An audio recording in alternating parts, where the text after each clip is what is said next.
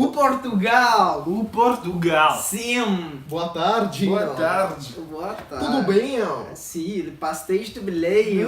Oui. Tout ça, quel beau pays, franchement. Quel Quel beau beau pays. pays!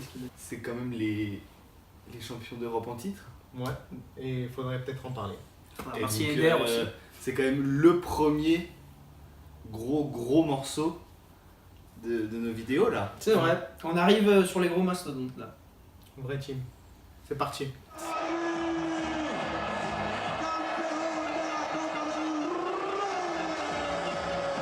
Je vais commencer avec mon premier plus. Je vais pas dire Cristiano Ronaldo parce que là ça serait carrément réducteur de dire non, je vais dire Cristiano Ronaldo. Ouais, grave. Donc le premier plus c'est parce qu'en fait il y a le meilleur joueur du monde en ce moment, le plus prolifique, qui est en train de devenir un vrai attaquant de pointe en plus, Cristiano Ronaldo, capitaine de la sélection portugaise et qui va porter son équipe le plus loin possible. Parce que ce serait quand même plutôt une belle image que de devoir lever la Coupe du Monde après l'avoir vu lever. Quoi qu'on en pense, c'est un très grand joueur et un très grand athlète. C'est vrai. C'est vrai. Mais j'aimerais contraster quand même parce que certes il y a de la force offensive énorme au Portugal, mais parlons de cette défense centrale. On est proche des fins de carrière pour la plupart des défenseurs centraux du Portugal. Surtout qu'on a des oppositions avec des attaquants qui cavalent très vite, donc il va falloir tenir. C'est clair. Et du coup, on verra au mondial, quoi. T'as un second plus ou pas? Bah alors déjà, ils ont un banc qui est plutôt bien garni. Ouais. Parce qu'ils vont avoir des joueurs comme Quaresma par exemple, sûrement qui sera en sortie de banc, ce qui est quand même pas négligeable. Et du coup une habitude de gagner grâce à l'Euro quand même, ils ont quand même développé une habitude de champion. Et tu dois sûrement avoir un deuxième minus. J'ai un deuxième minus. C'est le choix du sélectionneur qui est étonnant. Je pense surtout, celui qui est le plus marquant, c'est celui de Bruno Alves. Bruno Alves, tu le prends en 2014, c'est compréhensible. Tu le prends en 2018, faut se poser des questions. Le mec, c'est une antiquité. Ouais, c'est une antiquité, le mec. Ah ouais. Il a En quel plus, âge il a une tête de paillasson. Il a quel âge? Donc, 38 ans. Ah ouais, non, mais on est proche des 36-37 piges, quoi. Ouais. Donc ouais, voilà, j'ai pas compris, hein, j'ai pas compris ce choix-là. Bon, après, c'est qu'un joueur parmi les 23. Est-ce que t'as un second plus ou pas? Un troisième. Un troisième plus. Ouais, j'ai un troisième plus, c'est que ils ont quand même un groupe qui est relativement facile pour finir à la deuxième place. C'est vrai. Ils ont deux équipes qui ne sont pas habituées aux joutes européennes ni mondiales et ça c'est complètement dans leur intérêt de oui, ils ont l'Espagne, mais ils ont quand même deux autres équipes qui sont largement plus faibles que le Portugal.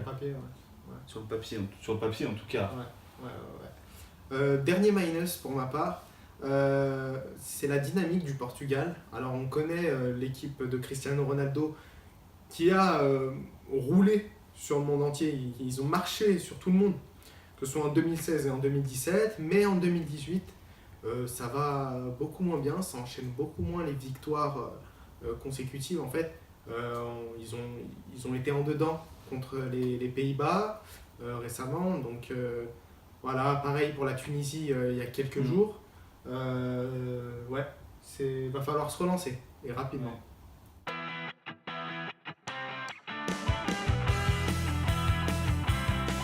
Mon crack pour la sélection portugaise, c'est Ruben Dias.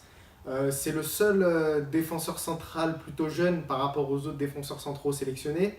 1m87, il est grand, mais aussi il est bon, balle au pied, puissant. Il a marqué 3 buts avec Benfica cette saison. Pour un défenseur, c'est pas mal. Voilà, c'est un joueur qui a une énorme popularité chez les grands clubs. Il va sûrement partir, si c'est pas cet été, ce sera l'été prochain. Voilà, il s'est définitivement installé à Benfica. Il est monté de Benfica B à l'équipe première cette saison. Et ce serait, je sais pas si on va beaucoup le voir cet été, mais ce serait l'occasion d'en découvrir un peu plus sur ce joueur.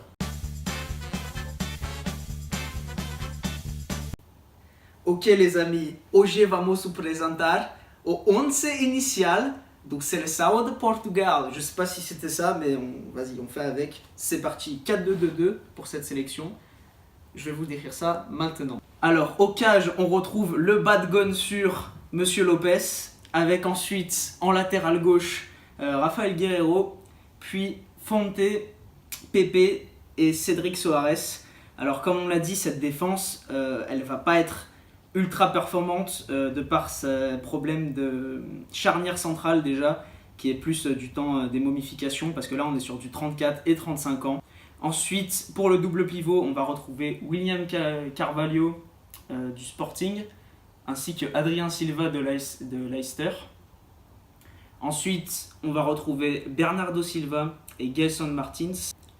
Puis en attaque, on va retrouver André Silva et pour certains, ce qui est le meilleur joueur du monde, Cristiano Ronaldo. Alors, à l'unanimité, encore une fois, parce qu'on est souvent d'accord, C'est vrai.